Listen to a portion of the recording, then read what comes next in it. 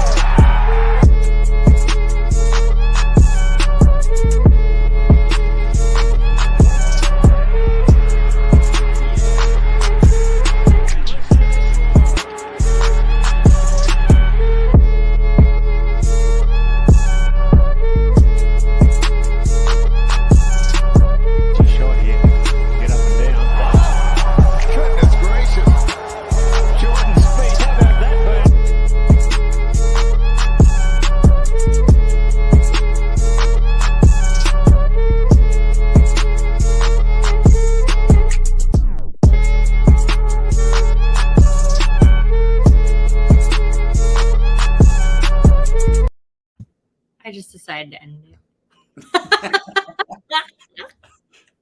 I see what you did there. It's my prerogative. Oh, look. Bo's here. Hey. Oh. Hodang. Is this background? What are we looking at? I like the background. Okay. Water. Soothing. Water. So soothing. I may So just take a yeah. nap. Hey, Bo, what's up? I am beat, like out of it. 15 hours from when I got checked out of my Canton hotel room to when I hit my front door here in Northern California. 15 hours of travel and got very little sleep. Went straight to work today. Had a full schedule and right off work, and of course a little bit late for the show, fashionably. So it's been a whirlwind, but I did pour a little bit of Bacardi rum so that we can kickstart this party and talk some playoff golf. So why are we cheersing with rum today? Somebody please tell me. Apparently Conor didn't know this, but he proposed rum in the chat because we haven't done many rum drinks, maybe one this whole season. And so he threw it out there. It's a great idea. Let's do a rum show. And turns out Seth did a millisecond of Google research and found out today was National Rum Day. So Conor backs into looking like a genius yet again. I'm doing a mixer, rum and good. Cherry Cola. Coke. Kick her off. Rum and cola. Yeah, she's mixing fake rum with good soda. Cherry Coke is awesome. I bet you anything that's Captain Morgan. Oh, that's so good. It's not. Or she had the banana Bacardi. It is zero sugar though. Oh. It's not Kathy So Bree. It's cherry and zero sugar. Oh dang, I gotta try that. Yeah. It's good for us. And I need to point this out just because it weirds me out. When I said rum, my phone is sitting in front of me and it popped up my shopping list that says Target Run. That's kind of weird and creepy. Chill, Siri, chill. You should just bounce over to Target after you have a few rums. Buy everything. Just buy everything. That's a good way to kill 3.5 hours. What are you drinking, Conor? I am drinking Bacardi 10-year. Wow, look how fancy that sucker is. Little dark rum up in there.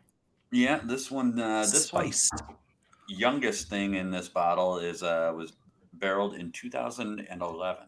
So, wow, pretty tasty, kind of caramely, kind of a little earthy, a little tart. But yeah, I'm not a big rum guy, but the more of these actual rums, not that Captain Morgan crap, the more actual rum I drink, the more similarities I find to like some of the whiskeys and bourbons that we all love. So I'm coming around. Jamaican dark rum. Oh, that's some good stuff. Yeah. Yeah. Yeah. Jamaican Yeah. dark rum. Reminds me of Yeah, man. vacation. Mr. McBrayer, what are we drinking? Bacardi Superior, because it was either that or I do have some Captain Black Barrel, which is actually it's an aged version of Captain Morgan, which is great for mixing, but I didn't have time to mix a drink. I was already late, so I poured just straight Silver Superior, which is still more rum official than the straight Captain Morgan from the well. I But wish they would still, call the Captain at like what it is. It's like a Yeah. rum liqueur. I mean, it's like calling Southern Comfort whiskey, basically. Yeah, same. Yeah. Oh, Yeah, they start with something similar, but then they add a bunch of sugar and crap to make it more palatable for the mainstream consumer. So they can charge a jug for a jug of Captain Morgan, what, $20 for a big old plastic jug that'll bounce off the floor if you drop it. Shit, maybe we are drinking the wrong thing. Maybe I should be drinking that. Yeah, I had Maybe. too many bad memories. Or lack thereof. bad memory. Fond memories of me losing brain cells and years off my life. Thanks, Drinks Captain. bring back all the memories. Speaking of Yeah. drinks, just a quick touch on this last weekend. I know we're supposed to talk off, but Fantasy Football Expo was this last weekend. I arrived on Friday and stayed through Monday. It was a grand time had by all, I believe. And my nights started long and got shorter and shorter. The gas tank isn't what it used to be. That's what I found out. That's not like at all. you can still hit top speed the same, but it's how much fuel's in the tank when you're done hitting top speed. It's a huge difference. And this one tested me. This one Sound tested like a couple of amateurs. Yeah, we can't all be going drinking holidays every week like Conor. He's conditioned. Like Conor, if he was in Canton last weekend, Conor would have been just fine because he's conditioned for that sort of thing. Like he's the weekend trip warrior. And so when we do one of his trips a year and he's doing them every other weekend, then obviously Conor, we bow down to you. Your iron liver is I mean, I'm jealous. I stay busy. What do you want? Thirsty and busy. Is Morgan. So I only got like 4 or 5 hours of sleep over the whole weekend. And during those 4 or 5 hours of sleep, I must have slept with one of my knuckles in my eye socket because my eye is beat red, like right in this corner. It feels like it's all bruised. And I had to ask Scott Simpson, Nimble. We were rooming with him and Jorge Martin and Mike Collins. And I was like, did I get in a fight last night? Because I don't remember getting in a fight last night. And he goes, no, man, no, you didn't fight anyone. I was like, okay, because my eye feels like I was in a fight last night. Apparently, just slept like this. Even laughing at you, I cannot stop laughing at naming Connor's liver Morgan because then it will be Morgan the organ. Morgan the organ. He's Morgan the iron organ. And he's been promoted to captain. He's been promoted to captain. It's not even the drinking so much that bothers me. No. It's still going through. It's the late, like, I was there working with Trophy Smack too. So I was working. I was trying to monitor golf.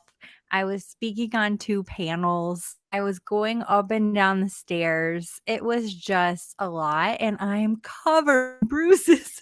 I don't even know like where they came from. But yeah, it was. What'd you do this weekend, Conor? You and Morgan? Successfully, go ahead, Conor. What did I do this weekend? He probably was doing the same thing we were doing, just under more control. I played some awful golf, which is better than no golf. That's true. I drank. I feel like I did something of value on Saturday, but it's escaping me right this second. But yeah, no, a typical weekend. Yeah, the expo was a blast. I'm just running on E, so it's the golf tournament here. I'm glad there's only 70 guys in this field, so I'm probably going to agree with everything Conor has to say because the usual suspects, half of the field from last week is here again. And we got a show And about guys that only turn left coming up next. So I know. Vroom, vroom. I'm in the middle of editing my video. Our study hub for Team Riser Fall was later again today, so I'm trying to whip this out. I'm almost done, and part of it, I'm just sitting here like, well, I highlighted an entire chunk of the spreadsheet, so Right. it's almost the shortest video I've ever made. Because Well, just what think do I next week say? when They're it's only all 30 guys.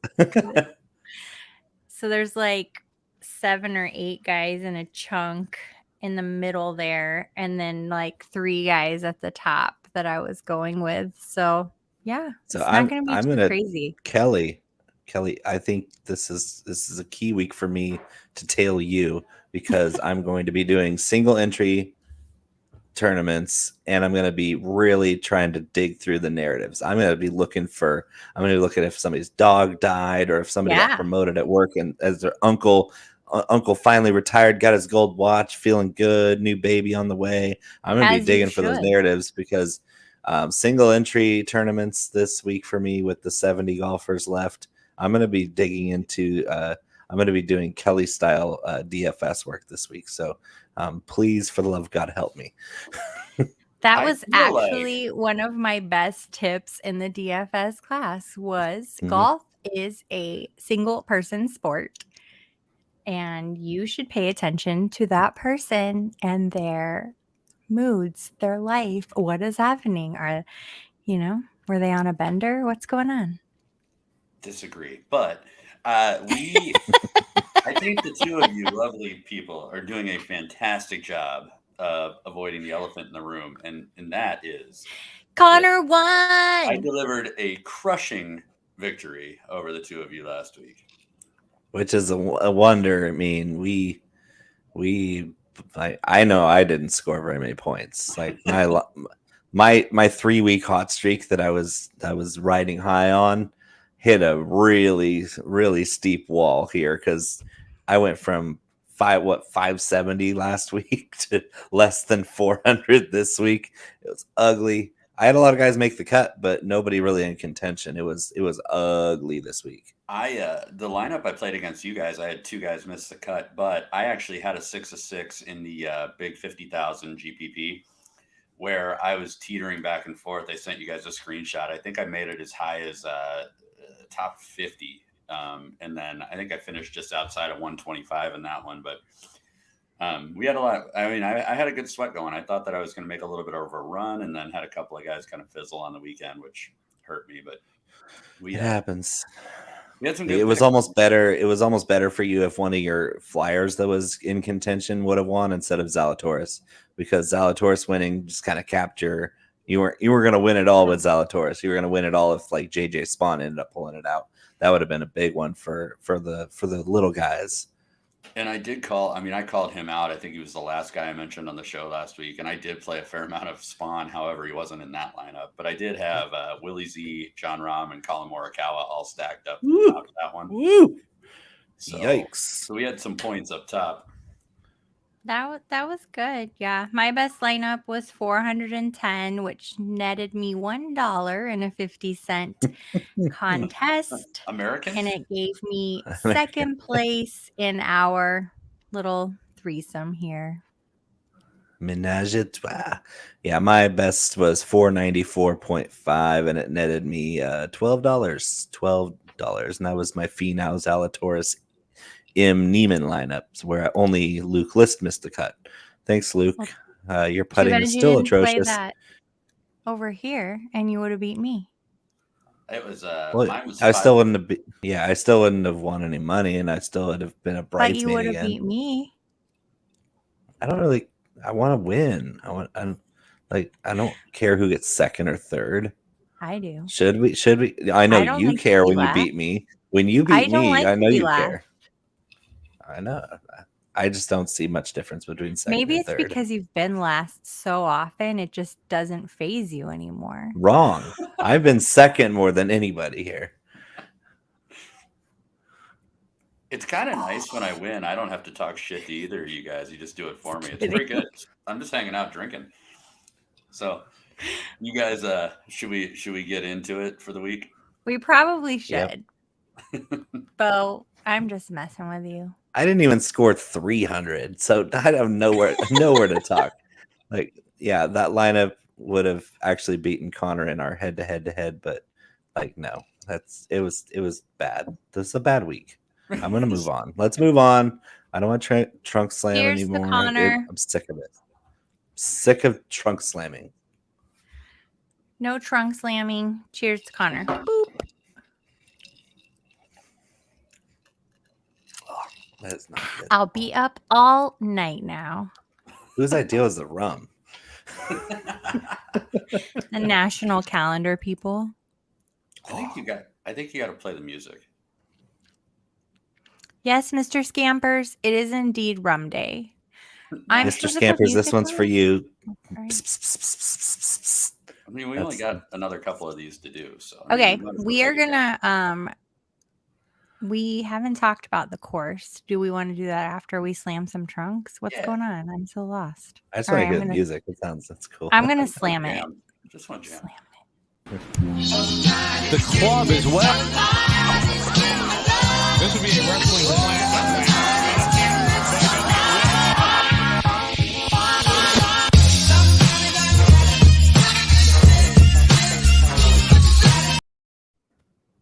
See, don't Bam. you feel more energized now? Like now I feel like ready to face the world. Yeah. We're going to Delaware. Delaware. That's razzing me up to go to Delaware. All I could think of when I heard Delaware was that Wayne. I think it's Wayne's World 2 when they're like doing all the like excerpts for the places they could go. And they're like, I think of Joe Flacco when I think Delaware for me is Joe Flacco. See, you just got football on the mind. I haven't transitioned yet. I got my first drafts coming up this week though, so I'll be right If there you with need any help, I know a guy. Yeah, dude, I might because to be honest, haven't even looked. I made a DK lineup just screwing around, but that's about as much football as I've looked at. All right, so getting into it, second leg of the FedEx, the BMW 2022, Wilmington Country Club, Wilmington, Delaware, par 71, 7,540-ish yards, give or take. Mostly bent grass. The rough is a combination of fescue and bluegrass, which we actually don't get a ton of on tour, so that's kind of a unique one. The ball actually tends to sit up pretty good in those rough formats, though. So there's a lot of talk about the rough being up. I don't really think that that's a big deal in this particular composition of grass. The greens are pretty darn big. I would put them on par probably with like maybe the top 25% of the tour. They're big. So not a whole lot of concern with hitting the green this week. There are a ton of bunkers on this course. There are a fair amount of runoffs. Water comes into play on a few holes, but nothing crazy. The tree line fairways that you're going to hear a ton of people talking about, the trees are actually in excess of 20 yards, 10 to 20 yards off of the fairway in each direction. So but do they line the fairways?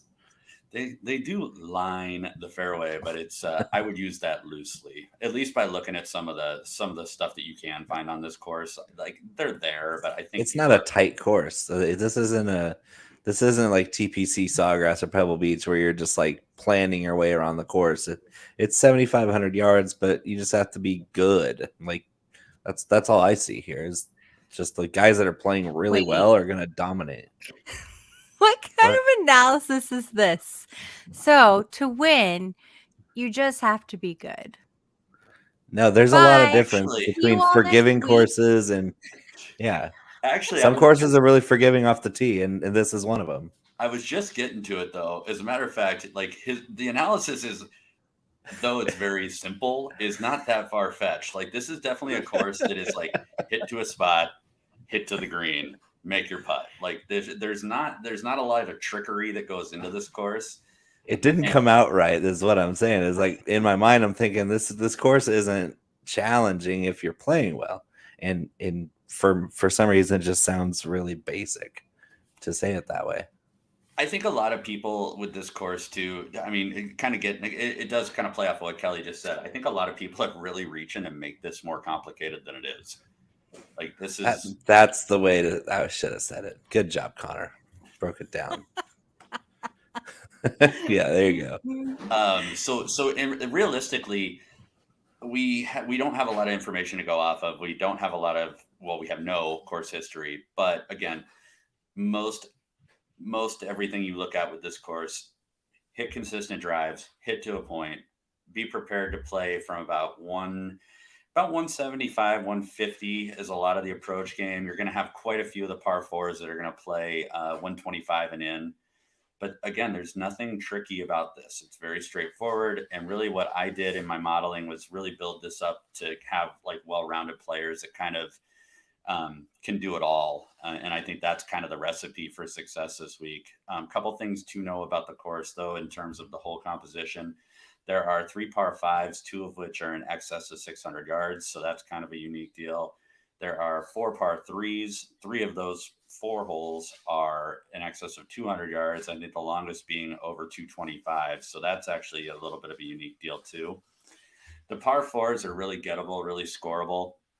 So I did look a lot at par 4 scoring. I did look a lot at the par 3 scoring just because there's 4 of them. And then outside of that, it was mostly a combination of driving distance plus accuracy. So good drives gained.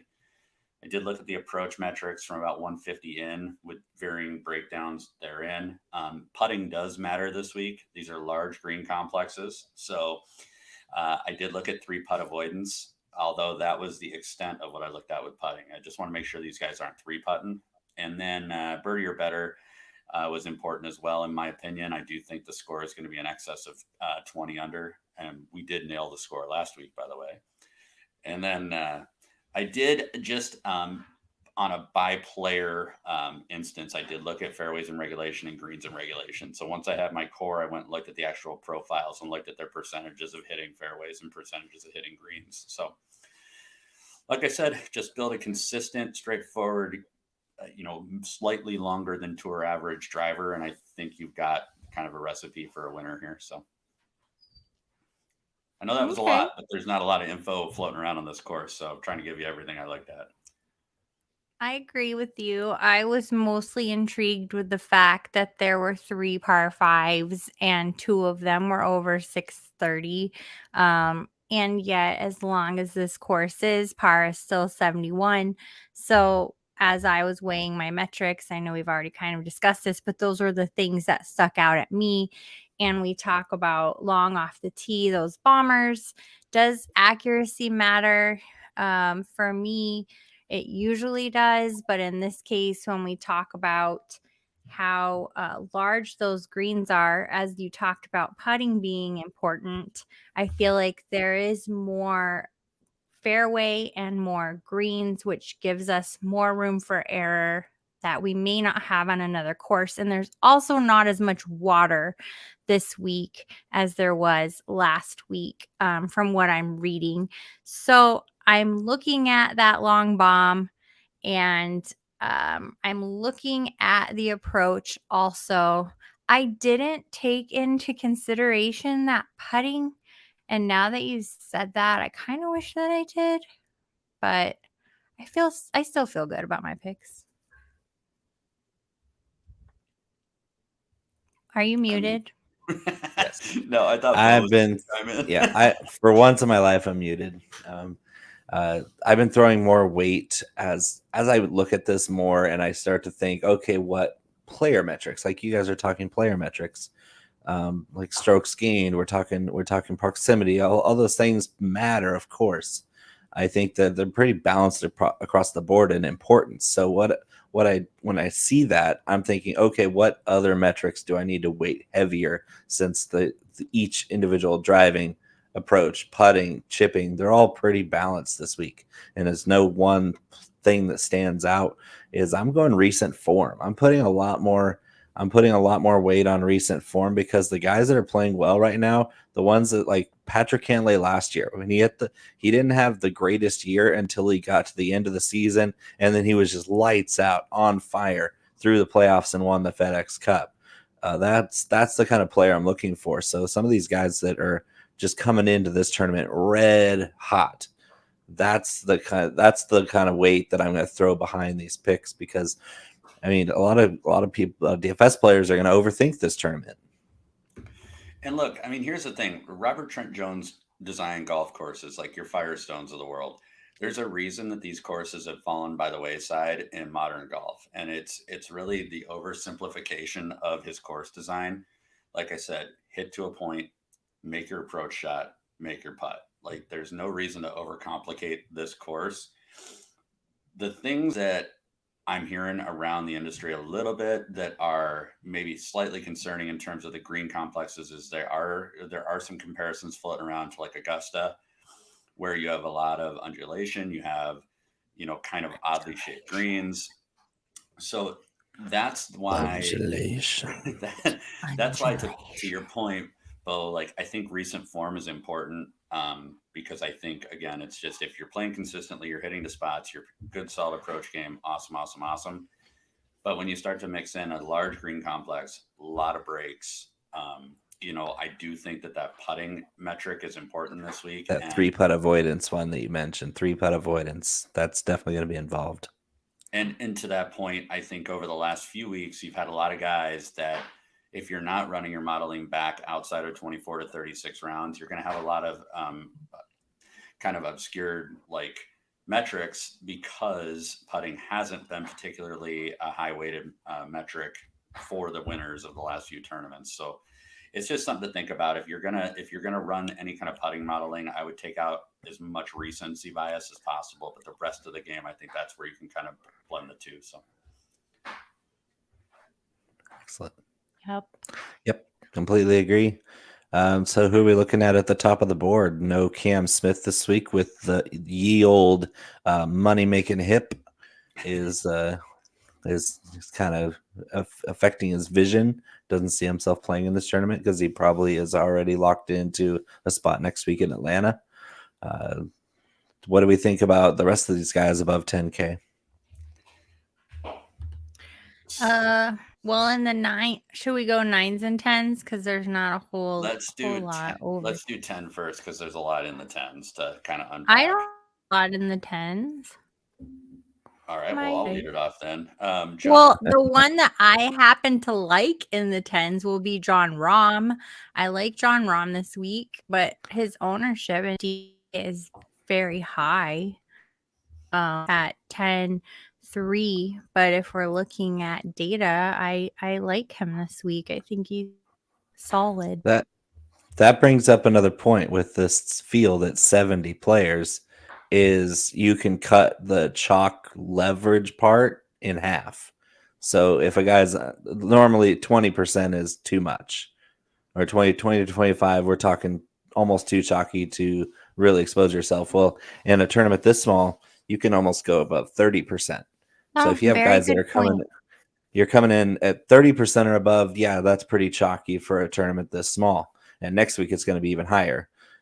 But I think if Rahm's under 20% this week, which I expect he will be because he's expensive. No, he's not. He's going to be right now. He's this afternoon. He was already at almost 24%. I don't know where he's at right now. He's at that's still okay for me. I'm still not going to be worried about that because he's a good player that's playing well. I mean, just like Conor said in the chat, there's a couple of guys coming in here that are playing really well that are going to be expensive, and you might just want to pay up for him because there's only 70 guys that can win this tournament, and he's probably one of the best ones now that Cam Smith is out. Yeah, Jon Rahm is by far and away the guy I want the most of over 10K. I'll have some Justin Thomas sprinkled in, and then I will go back to Rory just because Rory is trending at the lowest ownership in that not anything to do with me. The dude, he's terrifying this week, and I fully do not recommend any three putt avoidance kind of raises the eyebrows for me. No, it's not even that. It's his performance last week. It's he lost strokes off the tee, which is his bread and butter. That never happens. So I think people are going to be off of him. His rostership is trending that direction. And at 10.5, I don't think that's a tall ask for Rory. So I'll have some, but John Rahm is by far and away the guy I want the most of over 10K. I liked what I saw last week. It looked like he was right there knocking on the door. And there was some metric that he had more 3 putts on the final round than anybody else on the course for the day. So if that even slightly corrects itself, John Rahm won that tournament. So I mean, that's how close he was. So I think he's going to get it this week. Yep. And you called the champion last week, so I mean, maybe Connor's turning the corner here right at the right time. Yeah, right here at the tail end of the season when I can't win back everything I lost. Well, just like you mentioned, when you're waiting putting to maybe take out that recency, because John Rahm is a great at 3 putt avoidance, and it's just this last tournament that's likely brought that stat down, because he's still better at 3 putt avoidance than most of this field when I'm looking at the numbers. Yeah, this season in general, Rahm's putter has been a little suspect, but he's always been a streaky player, though. Yeah. Like when he's hot with the putter, you can't beat him. And when he's like last week, he's still there. He's still all the way around the top 10 every week. Came in but fifth. He might not win. Yeah. And man, that's with terrible putting. I think that Will Zalatoris is going to go back to back. This course is perfect for him too. So I looked at Zalatoris, and I'm going to be off him completely this week for 2 main reasons. Man. For 2 main reasons. He really does not. He's really not a super accurate driver of the ball. I know that there's some isolated instances. He looked good last week, but he's actually right now 48th in this field for good drives gained, which is your accuracy and distance, and then how that tallies up on your shots gained over the hole. And then there's a 3 putt avoidance metric, which I'll give it to him. He did look very good last week. I thought his putting looked markedly improved, but he's still right now in the lower half of this field, and this is a small field. So to be rated that far back, like I can't pay 10,000 for Zalatoris when objectively I like Rahm and Justin Thomas better, and they're right there in the pricing. I love Zalatoris. I struck when I could, and maybe I need to adjust the heavyweight of recent form down just a touch, if that's how you feel, because I had 20% of my model was weighted in recent form, and usually that's my top stat. I just don't think he's going to win. I think Rahm has a better shot at winning this week, and I'm gonna start my lineup with Rahm, and then I'm gonna play a bunch of guys in the 9s. I just don't have the room to stack 2 people in the 10s. I found plenty because I was playing a couple of really good value plays here. Do Rahm and Zalatoris. Hey, Craig. Craig is one of my favorite people on the whole Twitter sphere. He's always here too. I love it. I appreciate him. And I have to say nice things about him because he has many face screenshots of me, so he can make GIFs of me anytime he wants with all sorts of different expressions. Are we diving into the 9s now? Yep. Let's do some 9s. Well, neither of these will surprise either of you, but I'm back on Scotty this week, and I'm still on Fitzy this week. I like Fitz. I mean, Fitzy's putting is a little suspect, but I'm worried about Scheffler. Scheffler looks terrible right now. Like he's playing shitty. Scheffler looks like garbage the last month or so, and I don't know what's going on with it. He can't make putts. Not putting. No, both of them are they're okay, but putting. I didn't mean putting. I meant Fitzy's approach is a little bit suspect this week, but so is Rahm's.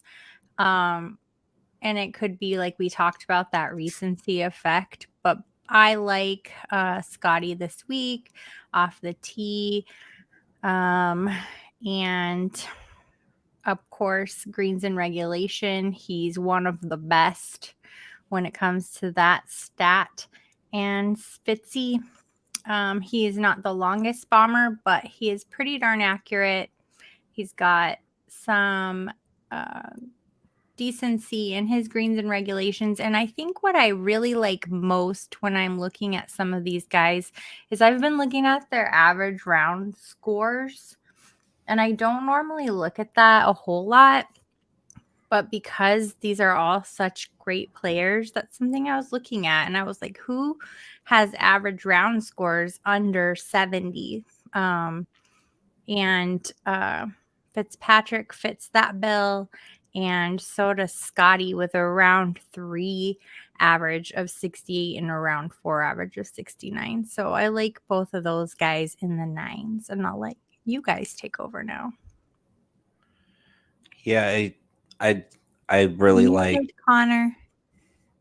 Damn it, Conor. I'm gonna go in front of you anyway then. So obviously I like the call there at the bottom, like where you just said Fitz is solid in on this course. I really like how he lines up here. Of course, we're running in extreme danger that he's going to flop horribly because he always does when we play him. Except for when Kelly plays him, he wins. But my favorite guy in the 9s is Colin Morikawa. The guy's just master ball striker. And he, for as much as he struggles making birdie putts, he doesn't 3-putt that much. And that's a good thing. I think Colin Morikawa is the kind of guy who can score with ease on this course because there's really nothing to stop him from scoring unless he just can't make putts anymore. But he's been better lately. I just think Morikawa might have the best chance in this group, maybe besides Sam Burns, to win this tournament. These guys that can score like crazy, especially Morikawa with the recent form. That's why I kind of take him over Burns. Morikawa last week looked really good. Conor? Yeah, no, Morikawa actually is one of my favorite plays in this, and I was on him last week, and it, I don't think it was a popular thing to do last week. There wasn't a whole lot that showed that he was trending in the right direction, but his play last week was great. I think he finished tied with Rahm. He scored really well. So Morikawa is definitely top of my list to play this week. The two guys that I will have a lot of exposure to are Tony Fenow, who rates out number 1 on my model. Mm-hmm. You want to talk about recent form? This guy is the hottest player on the planet right now. Yep. He's awesome in bogey avoidance. He's awesome at good drives gained. He's number 1 in this field for the par 4 scoring range that we looked at. Number 1 in the field for 3-putt avoidance. Number 2 in the field for approach. Number 2 in the field for birdies or better. Like, he's just crushing right now. And he'll be my second guy in behind Jon Rahm in a lot of lineups. And then I'm going to be playing Tom Kim again this week. Tom Kim hasn't let us down. He's showing a lot of ability to hang with these big boys. Like, he's not flinching, not backing down. And he was maybe one good round away from being in the top 5 last week. So, with a no-cut event, taking a little bit of that pressure off where he knows he's got 4 going into it. I love Tom Kim this week. So I'll kick off the 8s too, because I gotta say, Cam Young will be probably one of my heaviest rostered guys. You don't say. So, and I actually, outside of Jon Rahm, I think Cam Young is actually my favorite to win this. So, Jon Rahm and Cam Young are my. You're gonna call 2 first-time winners in a row, huh? I love Cam Young. I love Cam Young on this course. He hits it farther than he's number 2 in the field for driving distance, but he's also super accurate. He's awesome from the par 4 scoring range that we looked at. Great approach game, great birdies or better, great bogey avoidance. His putting scares me a bit, though, that 3-putt avoidance. His putting does scare me a little bit. His 3-putt avoidance isn't great, but then again, it's a smaller sample size with Cam Young. So I don't know. He's probably my exception to the rule that I'm making for myself on the putting this week. I just love the guy's form. I love the guy as a player, and I think he really is the complete package. So I'm just going to leave him. He's a package. He's a package, y'all. Play Cam Young. He's a package. And so that's right at the top of the 8s. I like Joaquin Niemann a little bit more. I like him a little bit more than Cam Young because his recent form is even a little bit better than Cam Young's. 13th place last week. It just looks sharp. He was a couple blow-up holes from being right up there in the top 5 with Rahm and Morikawa. And I don't think those blow up holes are going to be here because, I mean, last week's venue had 1,000 more water balls than any other course on the PGA Tour. And Joaquin Niemann found himself in a couple more water hazards than he could bear. And that's what takes him from top 5 to 13th. And that's still a great finish. So give me Joaquin Niemann 300 less than Cam Young, probably a lot less exposure to the field with ownership percentage than Cam Young, because everybody's waiting for the next guy. Okay, now that Cam Young is officially the best guy on the PGA Tour without a win, now that Zalatoris got his, we're definitely getting down the list there. I think people are going to pay attention to Cam Young a little bit more, and I don't really want to be overexposed to a guy that's never won before, even though I like the guy a lot. But Niemann is just a slightly better play. And one more that I only had one other guy that I really love in the 8s, and that's my Oregon Duck guy, Aaron Wise. He's another exception to the rule kind of guy for me, where he's playing really well from tee to green, and you just hope that he can start making some more birdies. And that's what it's going to take, because he's got all the talent in the world from tee to green, but hasn't quite put it all together to really compete especially with this strength of field. But I'm thinking that he's going to be very low owned and a very nice leverage spot, because he's just a touch overpriced. If I'm looking at the guys around him, I think he should be in the high 8s instead of at 81. But I'll take that as a nice free leverage discount there. So Niemann's definitely in my pool again this week too. Like I said, anytime that we talk about needing multiple shots, consistency, accuracy, Niemann pops off the charts for me always. The only thing I'll say about Niemann is he is on the high side of rostership in the 8s. Cam Young definitely is astronomical in terms of rostership. You're probably going to be rapidly approaching 25%.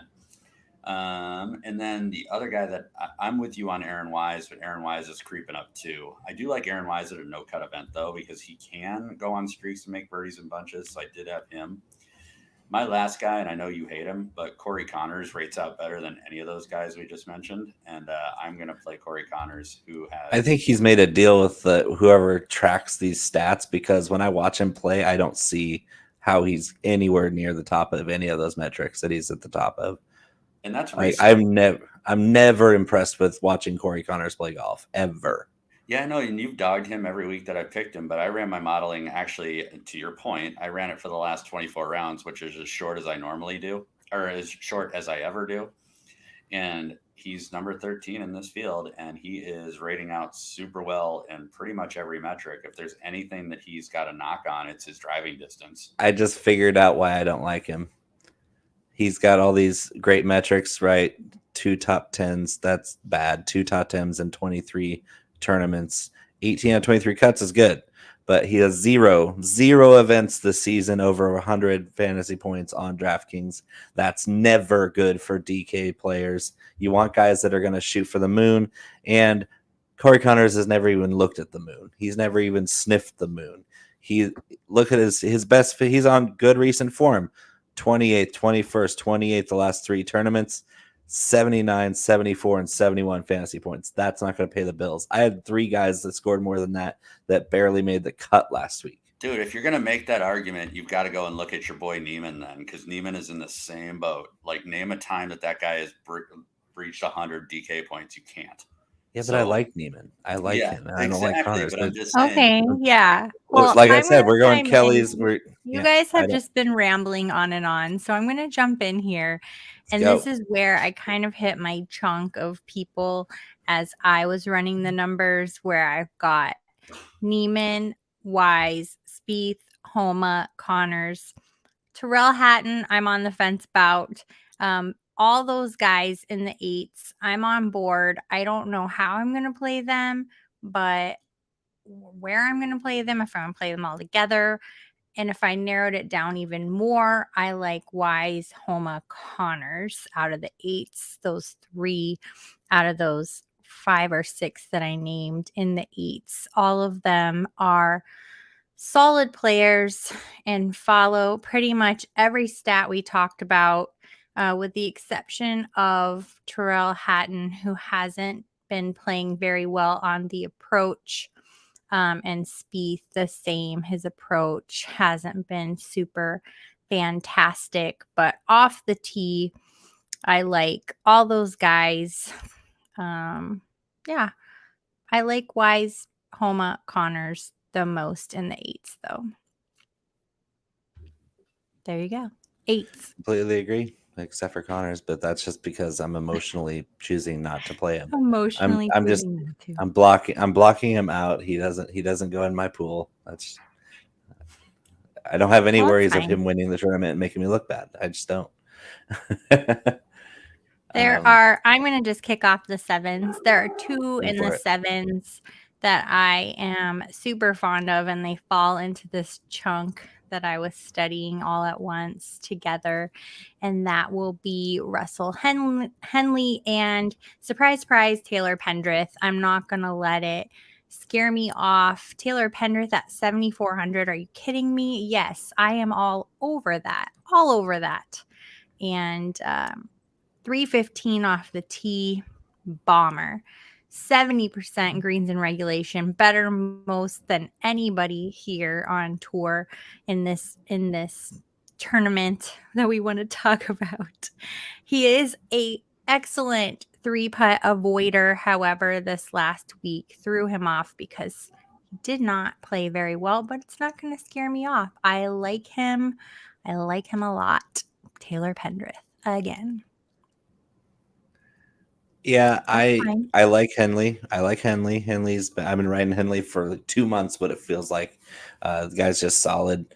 But the guy this week for me, and this goes back to me weighting recent form so heavily, it's Cam Davis. Cam Davis has a string going of 8th, 6th, 16th, 14th, and 13th in his last 5 tournaments. That's as good and as consistent a recent form you're ever going to see from a PGA Tour pro that's ranked as low as he is on the world golf rankings, as well as at a $7,600 salary. So the Aussie's playing extremely well. He's kind of a dark horse to win this whole FedEx Cup if he keeps this up, because he's just scoring points every week. And he's going to have to take it to the next level this week in order to do that. But I haven't seen any weaknesses in his game. And that's the kind of player that's going to win this week. Is a guy that comes in hot and he doesn't show any weaknesses. So for what it's worth at 7,600, I'm probably going to max out my exposure to Cam Davis, and Davis Riley will probably be there with it. But Sahith Theegala is another guy that I'm going to be all over, because from tee to green, Sahith Theegala makes birdies in bunches. He's the kind of guy that can go low on this course.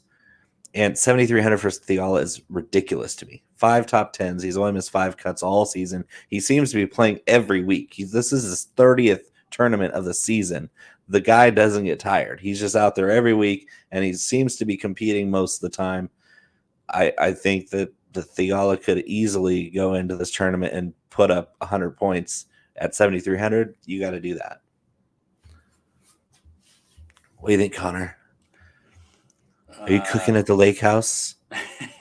Ought to be. Yeah.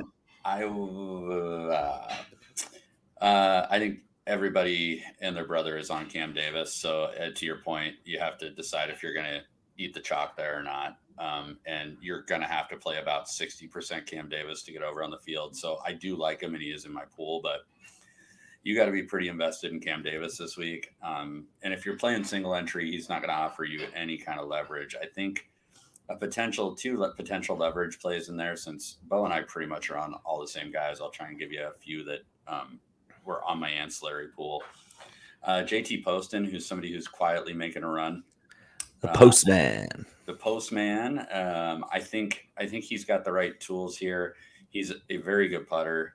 He's excellent at 3-putt avoidance.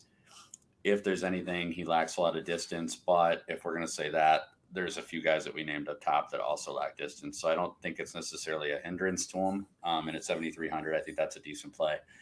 My guy at the bottom of the 7s, who actually rates out better than Cam Davis, and actually rates out right in between Corey Connors and Aaron Wise, is Mito Pereira. And Here we go. I like Mito. I play him frequently, but Mito is in the top 10 for all of the key distances for par 4, par 3, par 5. He's also an excellent approach player, and he's gaining strokes off the tee. Bogey or birdie or better rate is in the top 10. So if there's anything that's scary with Mito, it's his bogey avoidance metric, which is in the lower portion of this field. And really, when you're guaranteed 4 rounds, I'm not too terribly concerned about it. The guy scores points. So I do like Mito at 7,100, and I think that that's a little different than a lot of the chalk in the sevens. Are you worried about his recent form? I am not. I am a little bit. I'm going to have him in the pool because I do love Mito myself. I played him a lot this year, but that nice little stretch a couple months ago was really awesome for Mito. But the last 5 tournaments have not been very good for him. So I'm going to have him. I'm just a little leery, but like you said, leverage play. 7,100 with potential to score 100 points. That's still what we're looking for. And the thing about Mito too is, I think the unfortunate thing for Mito is I think you tend to catch a lot of his bad shots on TV because he's streaky. So he'll be playing good, and they're like, "Oh, we'll cut over and cover Mito," and then he snap hooks it into a set of trees. But the reality is, over the last 5 tournaments, he is gaining almost 6.5 strokes tee to green, and the last 10, as an average, he's gaining almost 6 strokes tee to green. You got to go back almost 72 rounds to get to a point where he isn't gaining 3+ strokes tee to green per week. So all of those things, like, I think the eye test is failing people a little bit on Mito. He's a streaky player, and that's why I said, like, when you don't have a cut, I think Mito becomes infinitely more valuable in that type of a setting. So what do you think, Kelly?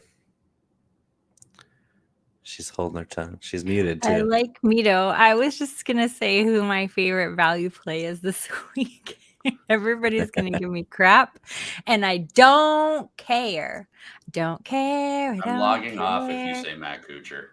Matt Kucher. Super value at 6,000. Matt Kucher is my value is at 6,000 too, but it's not excellent putter. And you want to talk about 3-putt avoidance, that's your guy. So all we need to do is get Matt Kucher to get to the green.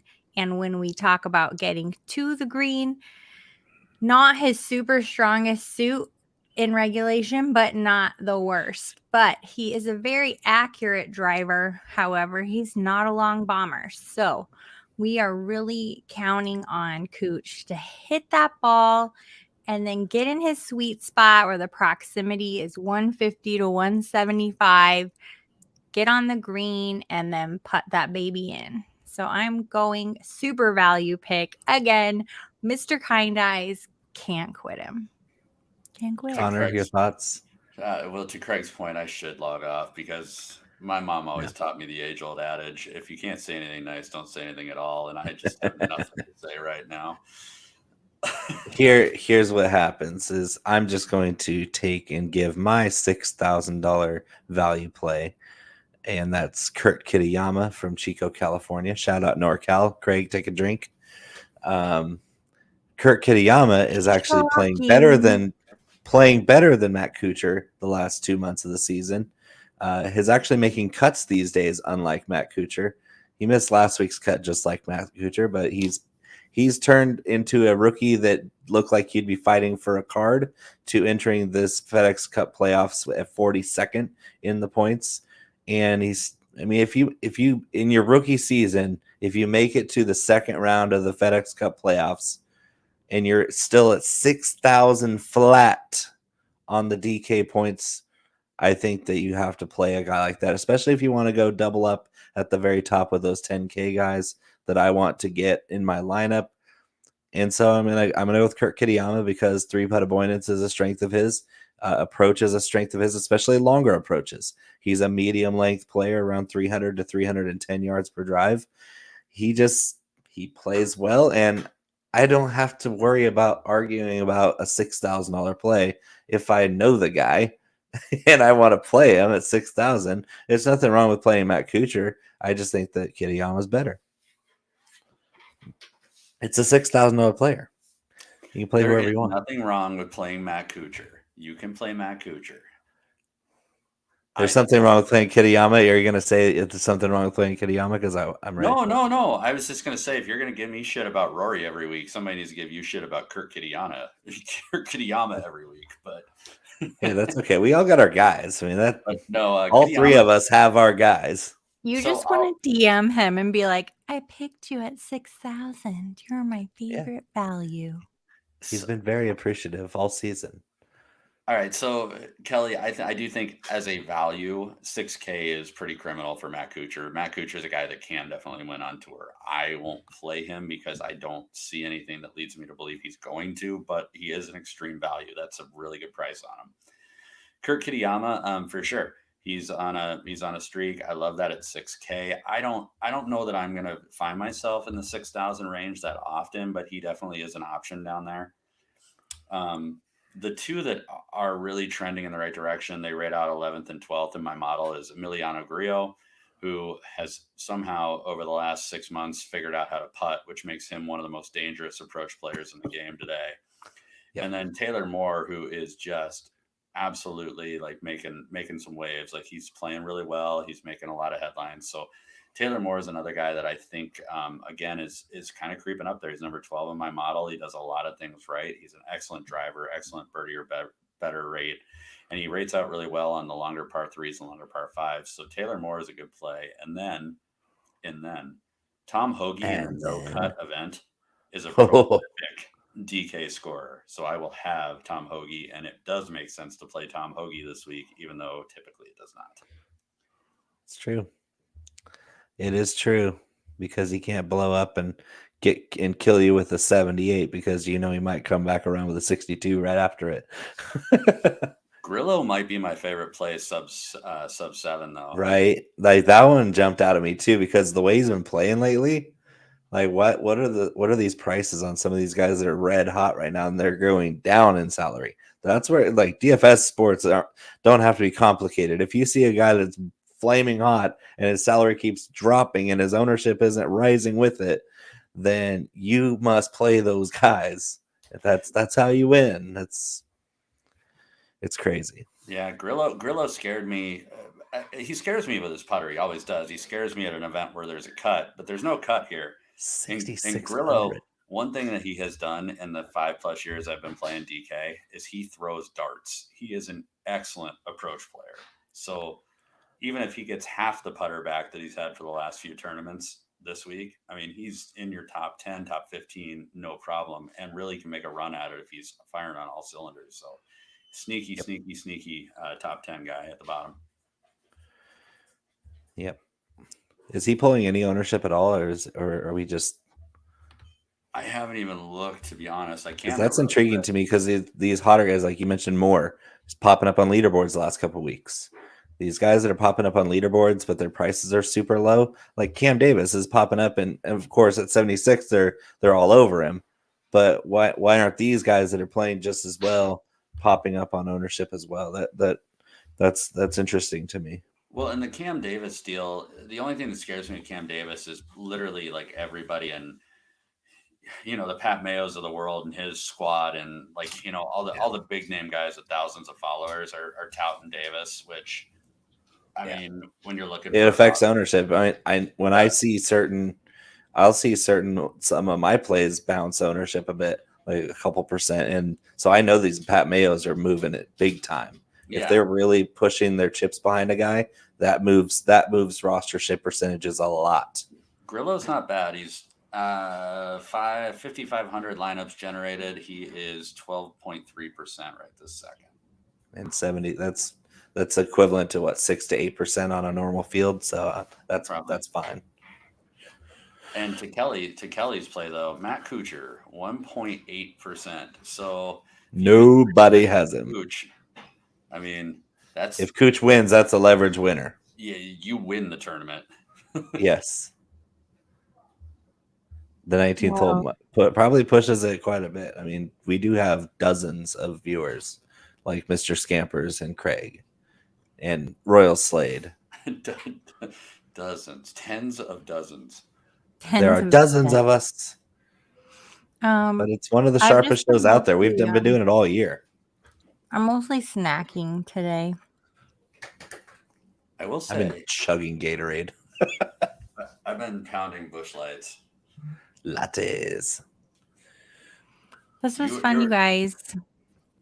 Are we supposed to get off now? I guess. Yeah, we gotta let the vroom vroom crew take over. I was Okay. informed they make right turns this week. It's a dirt track. Oh, it's a road course. road course, something. Cool. Well, I don't know about you, but I had a very good time this evening eating my snacks and drinking my rum and cherry Coke. And I enjoyed the two of you, and I enjoyed all tens of dozens of you. Glad you made it home okay, guys. It's a long Okay, trip. we'll see you next week, huh? Last one. Bye.